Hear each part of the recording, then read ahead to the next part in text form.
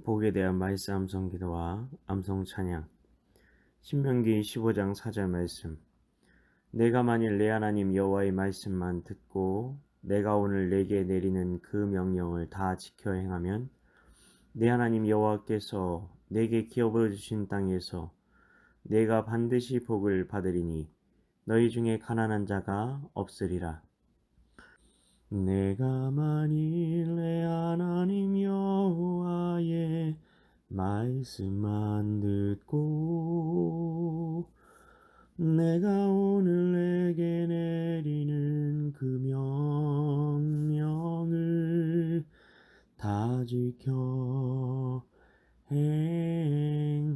행하면 내 하나님 여호와께서 내게 기업으로 주신 땅에서 내가 반드시 복을 받으리니 너희 중에 가난한 자가 없으리라. There will, however, be no one in need among you, because the Lord is sure to bless you in the land that the Lord your God is giving you as a portion to occupy. Deuteronomy chapter 15 verse 4. 말씀 기도입니다. 하나님 아버지, 우리는 가난한 자의 예수님, 약자의 예수님, 사랑과 공의 예수님에 대해 많이 이야기하고 노래합니다. 그러면서 상식의 눈으로 이해가 되지 않는 교회의 모습에 대해 비판하기도 하고 심지어 기독교이면서도 비난하기도 합니다.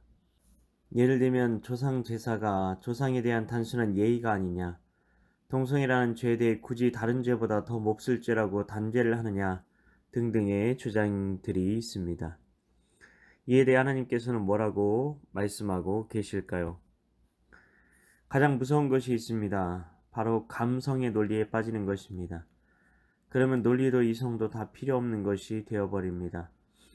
그러나 미국에 임했던 진짜 부흥인 대각성 운동의 중심에 섰던 조나단 에드워즈는 감정만큼 속기 쉽고 사탄의 도구가 될 수 있는 것은 없다라고 말하고 있습니다. 우리는 우리에게 주어진 감정이 정말 성령님으로부터 온 것인지 분별할 수 있어야 합니다. 예수님을 미혹했던 사탄의 시험을 떠올려 보십시오. 마태복음 4장에서 사탄은 예수님을 시험합니다. 굶주리셨을 때 내가 하나님의 아들이라면 돌로 떡을 만들어봐. 그러면 내가 너를 하나님의 아들로 인정할게. 하나님의 아들이라면 그 정도 기적은 할 수 있어야 하는 게 아니겠어? 라고 첫 번째 시험을 합니다. 두 번째 시험은 자, 여기는 성전 꼭대기야. 여기서 내가 한번 뛰어내려봐. 천사들이 와서 너를 붙들어서 멋지게 착지하게 해줄 거야. 그러면 세상이 다 내가 하나님의 아들인 것을 믿지 않겠냐? 세 번째 시험은 그것도 싫으면 몰래 내게 절 한 번만 해. 내가 인심 써줬다. 그러면 내가 노예로 데리고 있는 이 애들 다 너에게 돌려줄게 였습니다. 감정 논리에 휩싸이면 그래, 내가 한 번만 질끈 눈을 감고 내가 신이어도 온 인류를 위해서 무릎 한번 꿇지 라고 생각했을 수도 있을 겁니다. 온갖 체면과 명예와 자존심까지 굽힌 겸손의 왕 예수님으로 온 인류의 추앙의 대상이 되셨을 수도 있습니다.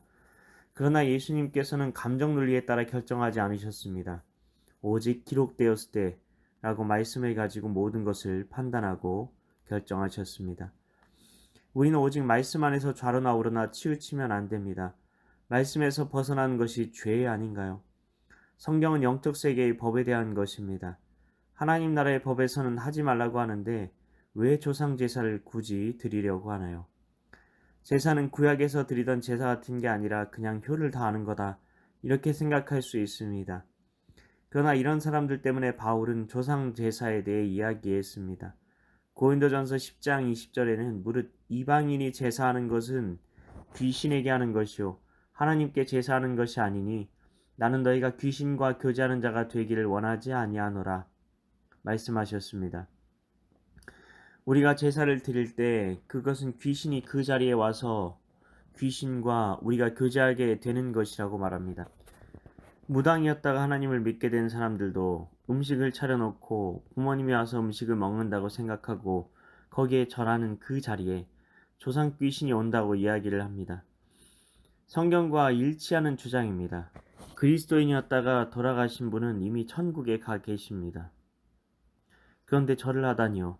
그것도 사진을 놓고 악은 어떤 모양이라도 버리라고 하셨는데 무속신앙과 유교신앙이 합쳐진 하나님께서 가증스럽게 생각하시는 제사를 합리화하려고 하는 것 아닌가요?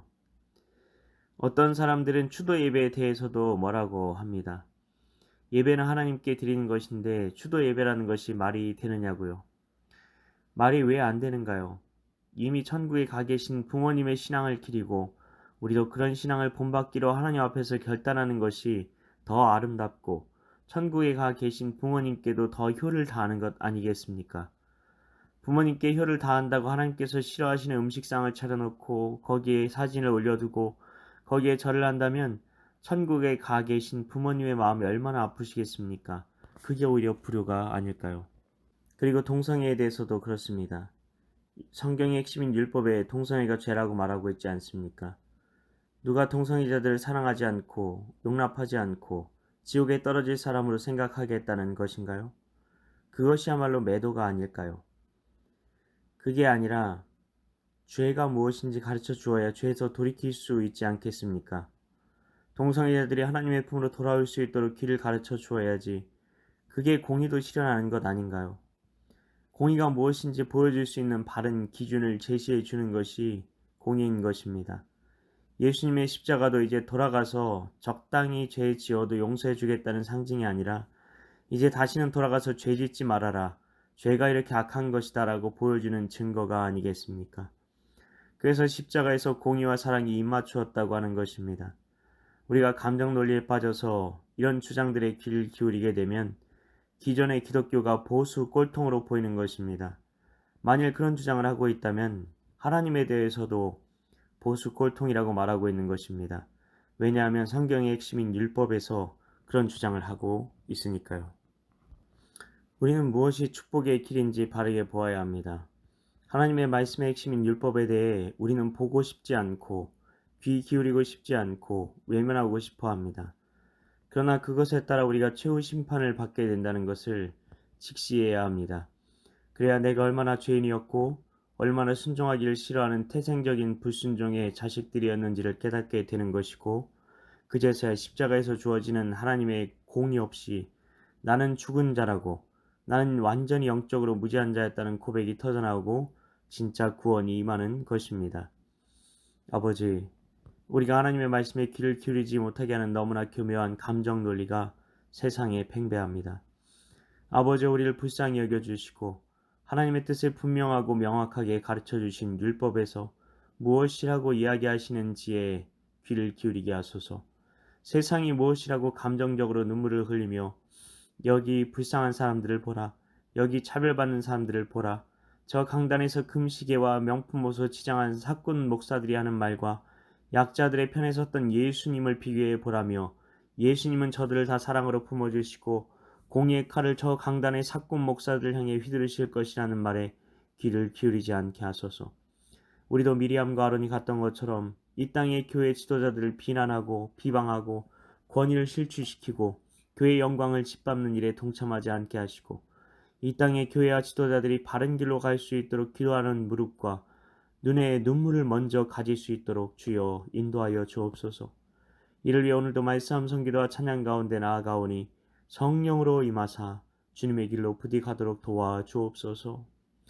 믿고 감사드리오며 예수님 이름으로 기도하옵나이다. 아멘.